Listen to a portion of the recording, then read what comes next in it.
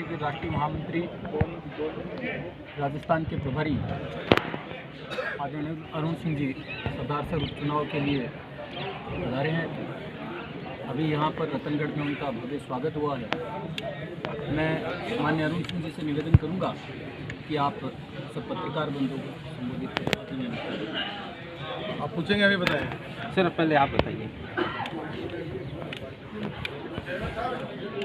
सरदार शहर का उपचुनाव चल रहा है और मुझे पूरा विश्वास है कि सरदार शहर की जनता भी जो पूरे देश भर में जो ट्रेंड चल रहा है भारतीय जनता पार्टी को जिताने का, उसके साथ ही जाएगी। माननीय प्रधानमंत्री जी के नेतृत्व में हिमाचल प्रदेश में पुनः भारतीय जनता पार्टी की सरकार बनना तय हो गया है और गुजरात के अभी मतदान होने वाले हैं। गुजरात में भी हम 3/4 बहुमत के साथ सरकार बनाएंगे और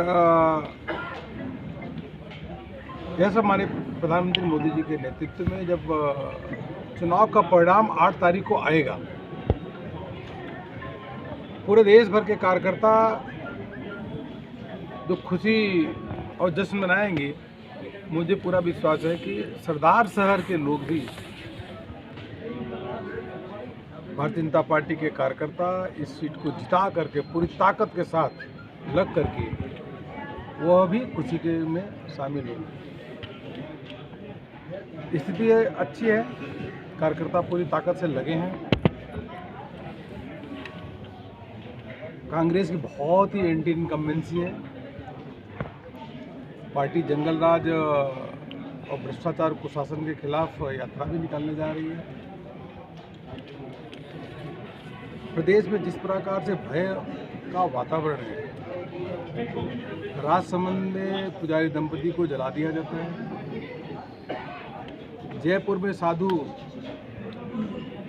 जो आत्मदाह की घटना होती है, भरतपुर में 550 दिन बैठने के बाद संत विजयदास आत्मदाह करते हैं। जहाँ साधु को जलाया जाए या साधु को आत्मदाह करना पड़े, इससे खराब कानून व्यवस्था क्या हो सकती है। डॉक्टर दंपति पे एक चाकू रख करके उसको 1 लाख रुपए लूट लेते हैं और शादी ब्याह भी यहाँ पे सुरक्षित नहीं हो सकती। वहाँ जा करके दूल्हा दुल्हन को पीटते हैं और उसके बाद वो जान बचा करके किसी तरीके से दूसरी जगह जाके शादी ब्याह करते हैं। महिला अपराध चरम पे है। मतलब किसी भी प्रकार का कोई भी अपराधी के मन में खौफ नहीं है। राजस्थान प्रदेश अपराधियों के लिए, अन्य राज्य के भी अपराधी आए हैं, उनके लिए, गैंगस्टरों के लिए शरणास्थली बन चुका है। भ्रष्ट अधिकारी जो हैं उनकी अच्छी पोस्टिंग हो जाती है दबाव में और जो अच्छे अधिकारी उनको साइडलाइन कर दिया गया है। इस प्रदेश में एक प्रदेश के मुख्यमंत्री दूसरे अघोषित मुख्यमंत्री को यह कहते हो कि वह गद्दार है, और एक बार नहीं कई बार 5 बार बोल चुके हों। आपस में बहुत बड़ी फूट लड़ाई चल रही कांग्रेस के अंदर। मुझको लगता है कि अब सरकार को नैतिकता के आधार पे तो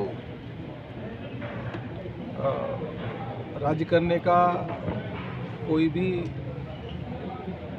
1% कोई अधिकार बचा है। जब मंत्री विधायक इस अपने पद से इस्तीफा ही दे दिए हैं तो किस प्रकार से वो सरकार के कामकाज कर रहे हैं।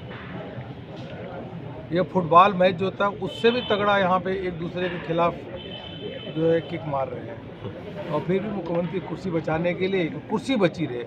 राजस्थान की जनता को जो भी कष्ट झेलना पड़े, त्रस्त जनता है, लेकिन अपनी कुर्सी बची रहे। ऐसा कुर्सी का खेल, बचाने का खेल जो कांग्रेस के शासनकाल में यहाँ पे हो रहा है, ऐसा किसी अन्य प्रदेश में आपको देखने को नहीं मिलेगा। आप पूछो, कोई प्रश्न बताएं। सर, कांग्रेस में आप अंतरकलह की बात कर रहे हैं, भाजपा में प्रदेश स्तर पर घमासान चल रहा है। तो किसके चेहरे पे विधानसभा चुनाव लड़े जाएंगे? नहीं, ये ऐसा है, मीडिया को देखने का नज़रिया है और ये आपकी राय हो सकती है, लेकिन कहाँ भारतीय जनता पार्टी में, भारतीय जनता पार्टी के कार्यकर्ता सब एक हैं। कौन किसको गद्दार कर रहा है? तो कांग्रेस में एक दूसरे को गद्दार बोल रहे हैं, मुख्यमंत्री पे चैलेंज कर रहे हैं, CR लिखने दो, एक दूसरे पे सीधे सीधे मीडिया के सामने एक दूसरे पे आरोप लगा रहे हैं। बीजेपी में कहाँ है? इसीलिए ऐसी जो कांग्रेस में लड़ाई है, उस लड़ाई को कम मत आंकिए, नहीं तो जनता देख रही है, जनता को मीडिया पे भरोसा होना है, इसे सही बात दिखाए उनको। सर, तो भाजपा आगे के विधानसभा चुनाव किसके चेहरे पे लड़ेगी? तो पार्लियामेंट्री बोर्ड तो तय करेगा। भारतीय जनता पार्टी का सर्वोच्च निर्णायक संस्था है पार्लियामेंट्री बोर्ड। वो सही समय पर निर्णय लेगा कि चेहरा होगा नहीं होगा, सामूहिक चेहरे पर लड़ेंगे या किसी के चेहरे के साथ जाएंगे तो किसके साथ जाएंगे, ये तो भारतीय जनता पार्टी का पार्लियामेंट्री बोर्ड चुनाव। सर, भाजपा में देखा गया है कि बाहरी जो प्रत्याशी होता है, चाहे वो कांग्रेस का भी हो, उसको लाकर भी पार्टी टिकट दे देती है, बीजेपी का प्रत्याशी बना देती है। किसको दे दिया? रतनगढ़ विधानसभा में 2 बार हुआ है सर। क्या हुआ? राजकुमार रिणवा कांग्रेस के थे, उन्हें भाजपा ने टिकट दिया था। अभिनेश जी कांग्रेस से चुनाव लड़ चुके हैं, उनको भाजपा ने टिकट दिया है। फिर राजकुमार रिणवा का अरे भाई, ऐसा नहीं होता। भारतीय जनता पार्टी के अलग अलग राज्यों में देखेंगे, दूसरी पार्टी के कार्यकर्ता आते हैं जो प्रधानमंत्री जी की नीतियों को, उनकी योजनाओं को प्रभावित होकर के, पार्टी की विचारधारा को प्रभावित होकर आते हैं, तो पार्टी के लिए काम करते हैं। सभी कार्यकर्ता काम करते हैं। अब महर्षि जी इतना बढ़िया काम कर रहे हैं, तो लोकप्रिय नेता हैं, विधायक अच्छा काम कर रहे हैं, जनता का पूरा समर्थन, अच्छा काम कर रहे हैं। सरदार शहर में सर क्या भाजपा कमजोर दिखाई दे रही है? राजकुमार रिणवा को ज्वाइनिंग करवाई जा रही है आज। ज्वाइनिंग तो बहुत सारी और आगे होने वाली है। कोई ज्वाइनिंग एक थोड़ी ज्वाइनिंग तो पहले भी हुई थी, आगे भी होगी। पार्टी हर प्रदेश में जब कांग्रेस के नेतृत्व में लोगों का विश्वास उठ चुका है और माने नरेंद्र मोदी जी के नेतृत्व में जो काम हो रहा है, उससे प्रभावित होकर लोग आ रहे हैं, हर प्रदेश में आ रहे हैं। कोई यही राजस्थानी नहीं है। कांग्रेस को छोड़ रहे हैं, कांग्रेस धीरे धीरे कांग्रेस का सफाया होता जा रहा है। सर, रिणवा की ज्वाइनिंग क्या कोई शर्त पे रखी गई है या कोई विधानसभा चुनाव में कोई टिकट का? अरे, भारतीय जनता पार्टी में कोई भी ज्वाइनिंग शर्त के आधार पे नहीं होती, बिना शर्त के आधार पे ज्वाइनिंग होती है। कोई शर्त नहीं, एक ही शर्त होती है कि भारतीय जनता पार्टी की विचारधारा मानो और केंद्र सरकार की जो उपलब्धियां है, मोदी जो काम कर रहे हैं, घर घर जाके प्रचार प्रसार करो, यही होता है। तो क्या रिणवा को कोई इनसे प्रत्याशी नहीं बनाया जाएगा? आप ये भी कह सकते हैं। आप मुझे एक बात तो बोल दिया मैंने ना, ये तो बात की बातें इलेक्शन कमेटी करते हैं।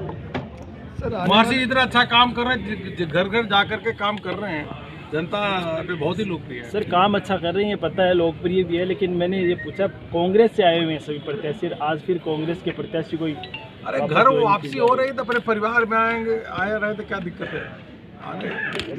सर, आने वाले चुनाव के लिए रतनगढ़ विधायक सर को क्या कह रहे हैं? रतनगढ़ विधायक साहब को क्या कह रहे हैं तैयारी के लिए आगे जो आने वाले चुनाव है उसके साल बाद? अरे, मैं यही कह रहा हूँ कि सभी कार्यकर्ता को, विधायक को पूरी मेहनत से काम कर रहे हैं और मेहनत के साथ प्रधानमंत्री जी की नीतियों को, काम को नीचे तक ले जाएं और एक कुशासन वाली भ्रष्ट सरकार और जंगल राज वाली सरकार अशोक गहलोत के उसको उखाड़ फेंकने का संकल्प ले। यह और बहुत ही अच्छा लोकप्रिय विधायक है, अपने क्षेत्र में बहुत अच्छा काम कर रहे हैं, पढ़े लिखे हैं और युवा साथी भी हैं। लेकिन सर, रतनगढ़ की भाजपा में अंतर्कलह भी काफी समय से चल रही है। अरे, कोई अंतर्कलह नहीं है। रिणवा की ज्वाइनिंग के बाद अंतर्कलह बढ़ेगी नहीं? रिणवा की ज्वाइनिंग के बाद अंतर्कलह बढ़ेगी नहीं सर?